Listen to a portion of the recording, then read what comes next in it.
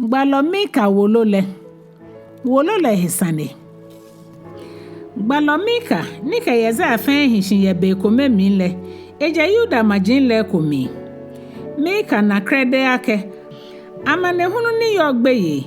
Ni Amos gba ake baba ko igbe. Shikpon le no le. Nono ekomi mba nshongbe shikpon. Nije Yuda shikpon le no. Ni baya no kome le no hiwo. Sroto pe ni yo Amos ke Micah gbalele minjake. Micah gbalele ye fan fe Amos no le. Ni okadi titri komehu ye Micah no le mi. Ni ha ana hie no kamo ake. Wosele ni bi bahi.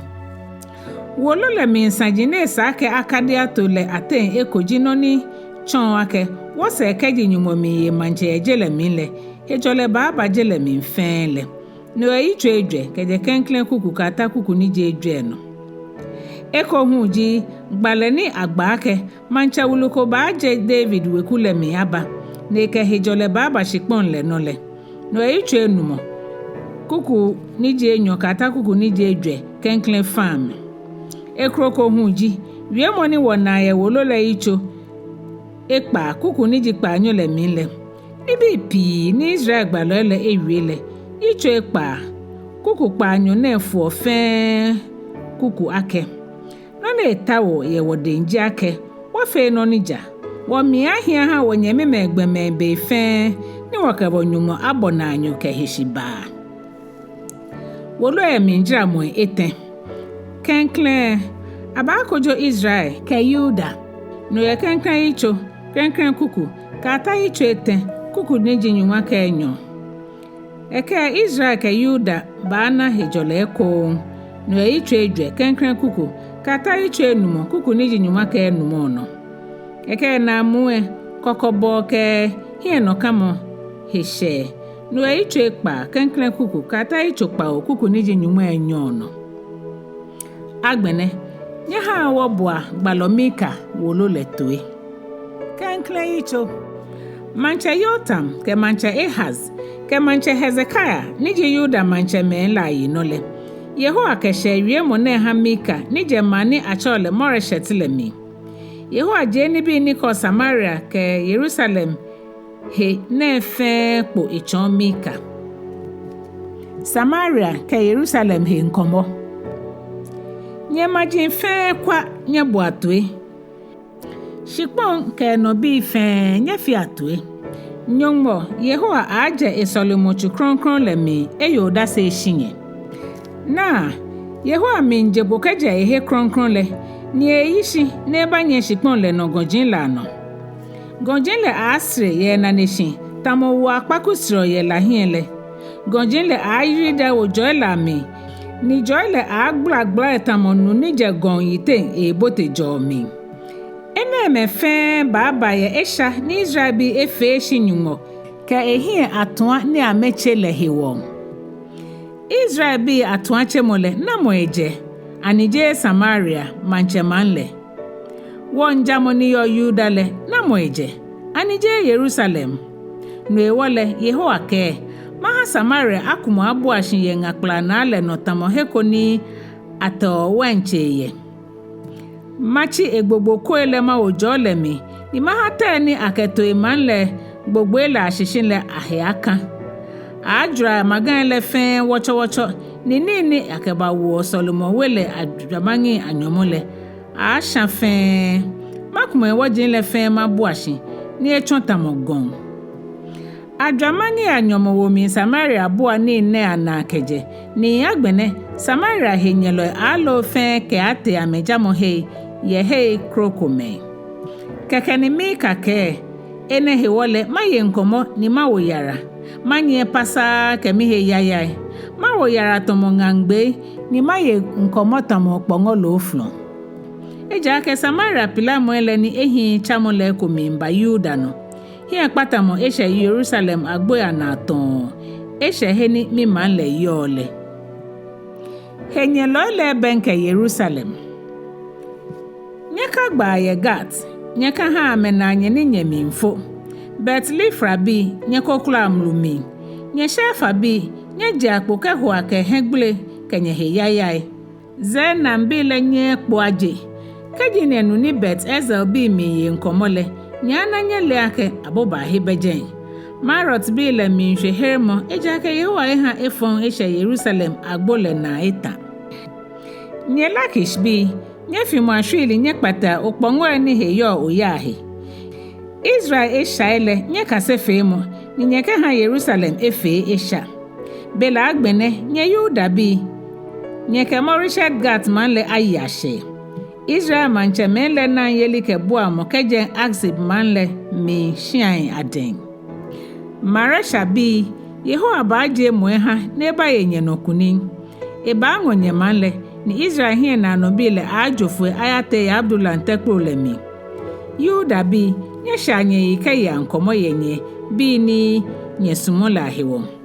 Nye kwa nye ikwe tamu akpanga ite ejake abango nye bile anon ke aje nye hikeya. Yitso Enyo noni baba meni wa ohiafo ayi no. Bon ha meni to efon hinga ya mesa nole. Kejije chere ni amena hegbele. Amefi efon ni ameto hinga amefon shinle ejake efon le no hiwale ya medin. Amehie kon mojiano na ameshon. Amehie kon shiano na amengo. Moko gboshini ke we fe behwehwehwe. No hewole boni Yehowa ko ne. Mito ni ba Sane fon ayene. Nyenyenye inafo enyejo. Amane hunu ba abanye no. Nyenyenye ke nye hichomo. Keji na kembele shele. Me kenye sanele abu abe. Ne ameala ni janwuje lala ameke ake. Wahi ekpata kura. Yehowa he washipon le yewoden. Ne eke ha meni ngowo nonle. Ne eja wo ngojin ha meni ngowo nonle. No he wole kebeshe. Ne akashipon le minkuse aha Yehowa bile. Keji afon shikile. Nyete moko nang eko. Me shio na mekowake. Ka shio wowo. Ka shie ne mene owowo. Hegle ko be ni baba wono. Ani osusu ake alomo Israel bi. Ani Yehowa tuishi tole eta. Ani eba fe ni bi ni tamu eneme. Me ni fi ono ni jale. Ani jehi miwie mole hiha me. Yehowa tohi ake. Nye teosi nye wo mi man le tamu atioshi ya wo he nye loe.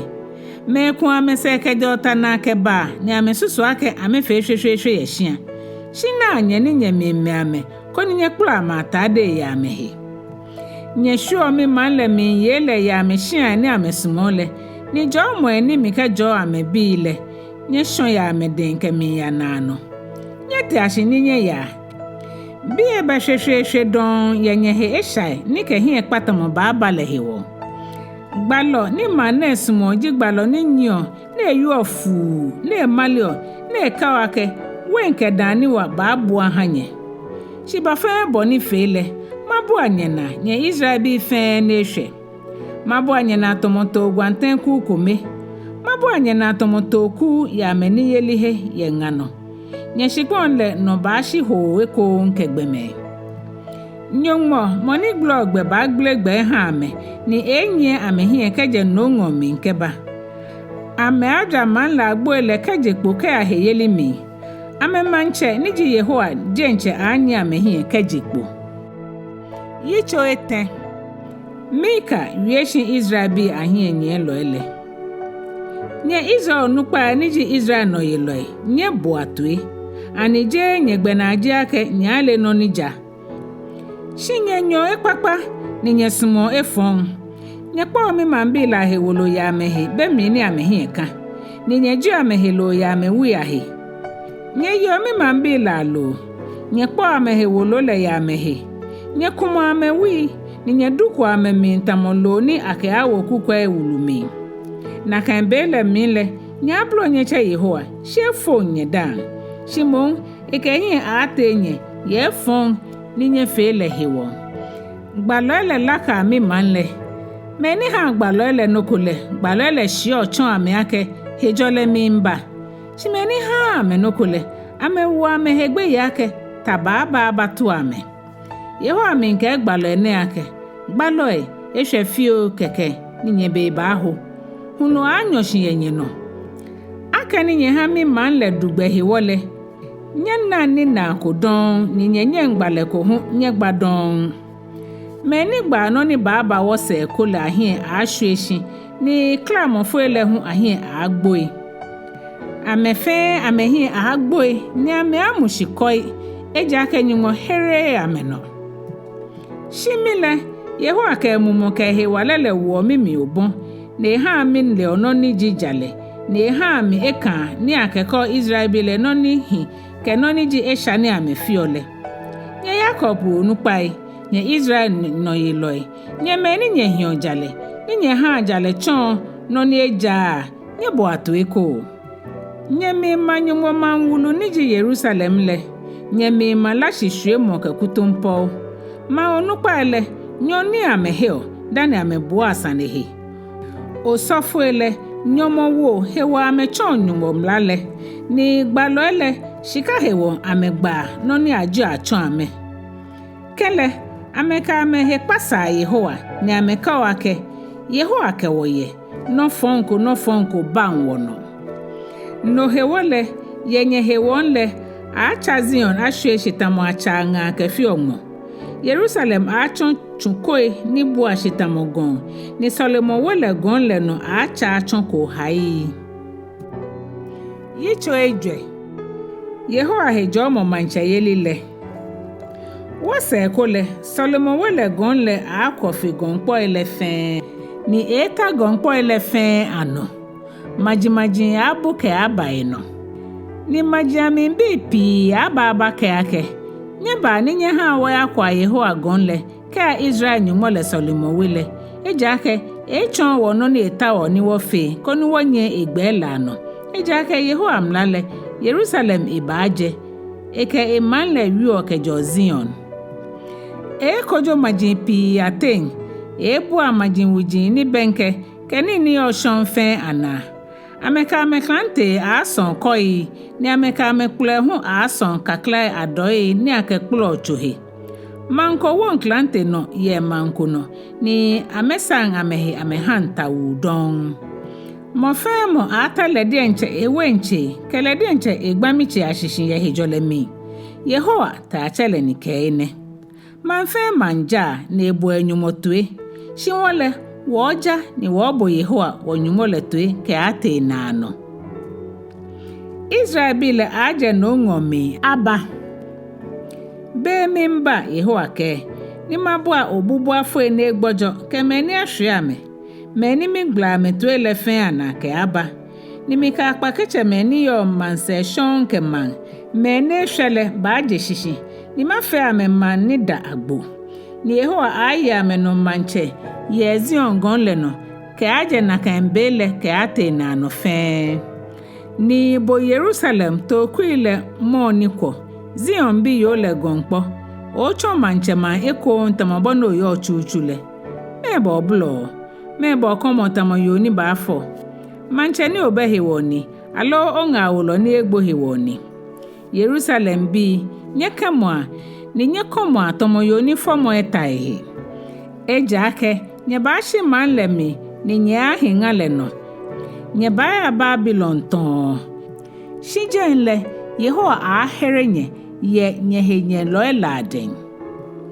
majipi ekpe wonyehe ni amekowake afite Jerusalem konuwana na ejueshin koikoi shi majinele Yehowa dwemole ameyo eyintole se huake Yehowa abo amenatamu abo amake yana ye magbe mohe Yehowa ke Jerusalem bi nyete ashi ni nyegbe anyehenye lo tama agbe ogma mahanye ya wa tamo chinanu nke klonte ni wa tamo dade ke koklonte hu ni wa tama koble nyaye majipi anokuni ni nyajo ha ni amesho akrana na le no nye hami mi ni jijele fen nu nchole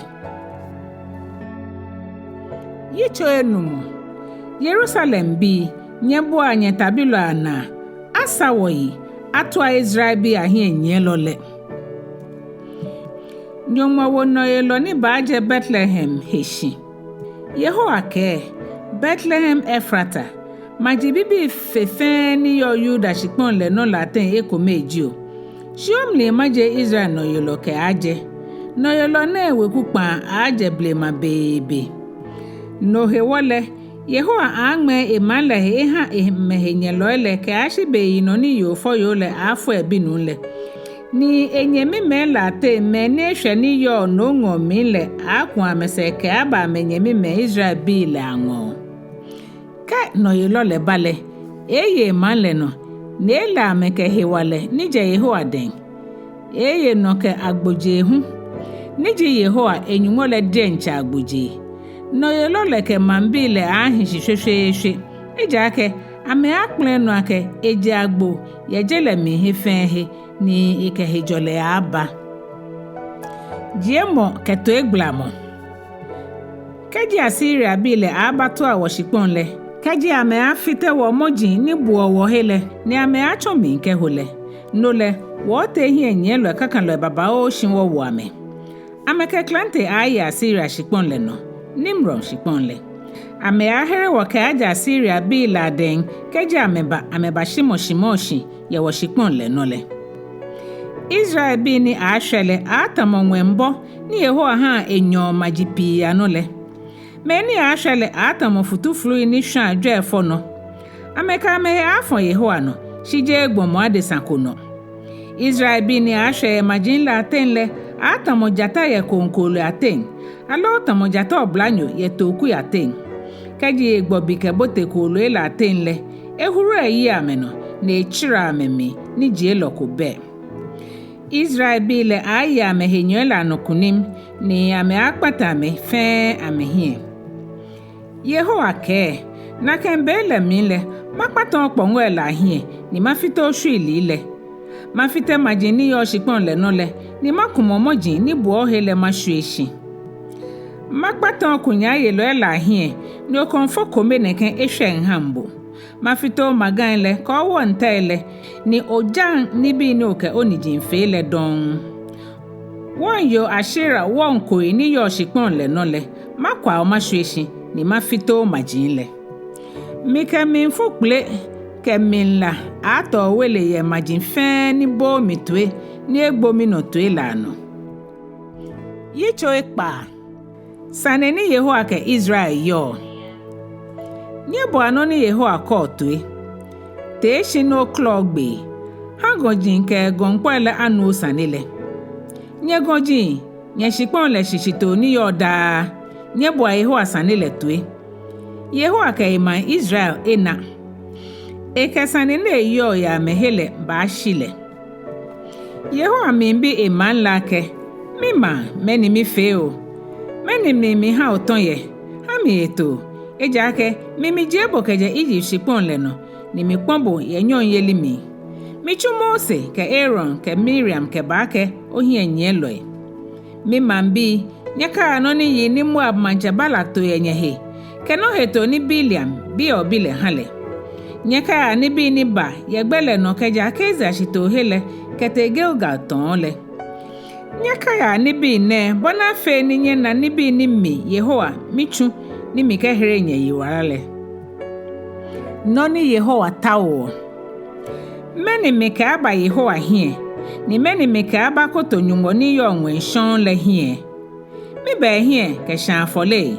mike china bi ne ye afifi aba shan fole ahale ani to agbo akpe alo muchensin akpe nyumai abo asa Yehowa hie aso mike mikromo bi mi musumbile aha yemihe eshahiwo dabida awa desa Yehowa echonbo nonihi noni ebio yode ne aka ofe noni jagbe osumo nyemime oko nyumola nye yehishibami ehi aka ashe Yehowa gbeye eche manle eke nyebo atue nyemeni nyebu anyehe na kekpe oye manle mi noni yo efonfe lo ashiamni ni jejwetri ni achon shishumo gbe ano ana kesusumo ni kensenite ni she ni akemo ni le animihi akpa no dabida mihi animike meni kesusumo ni kensenite ni she ngme ni la hesha afamelo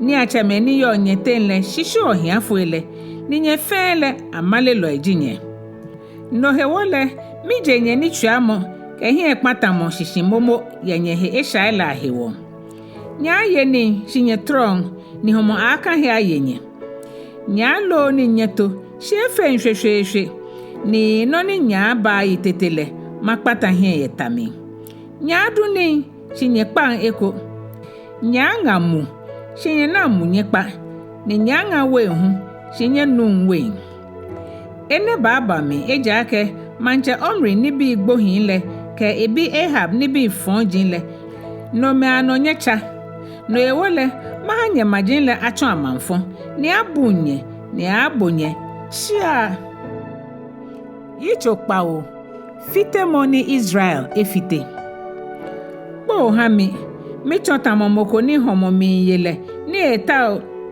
cho ibi lo we ibi kweye ejake akpa we ibi ka agbami ni ngon le fen atan ni sha oko be ni anaye agbami he ni mi twi sho le ko be gbomonyunwo gbeye se lo ko be sipon na enu don moko be ni yonyunwo anokwa mo fe mo mi ntawa ke ena hegbe ni ehwie lashi mo fe mo mi ngbobi na anyo ame hesa ke fon fe mo ni ame fi ole ke nga lume ka kojo le hi onyo ni no fon ni yo he na no gbomo twin le Ejwɛ na kekele ame fe ame kpan ame to monike ehife fe ya meten le etama pitipiti ngbe ni monike anokwa fo ojile fe fe le ngbe afavampo hifele shi gbini nyimo ba agbla metuele eshe ta ka ebo amekoko kecho egbalo ela no le agbene amejija ka ha na anyoye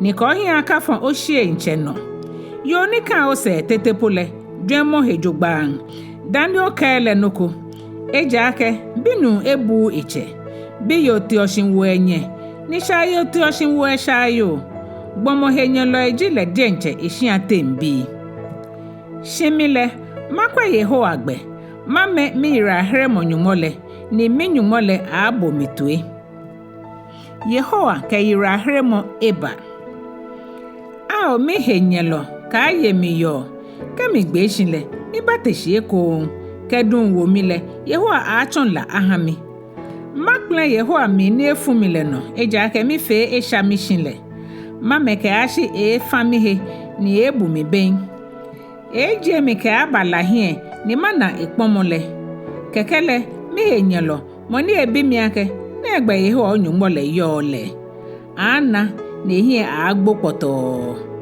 mi hingbe ana le agbene ana na eno tamoblohu moto Jerusalem bi be mimba ni asa manle gbogbele atwa ni ale ehusu amin ke atese na kembele minle nyemi menle akwu amese ke aba aja Syria ni obuka le ke Egypt ni yowo igbele ke aba ame aja Euphrates falehe ke inshoana ke gojiano ke aba shishikpon le acho shianga ye enobile ani fonji ani ni amefiola hewo Yehowa ana Israel mobo Yehowa femo to kwela oho manle ni olame mani bodenche ohalale ameyenga plana no bane ye gonka mele yiten chebele shikpon ni ba ni mbole amekekpe hani amehin ba shanke gili ashikpon from le no ni ameye no ni ntamoble makole mafe na pe ni macho ametamo beni mije amekeje Egypt shikpon le no le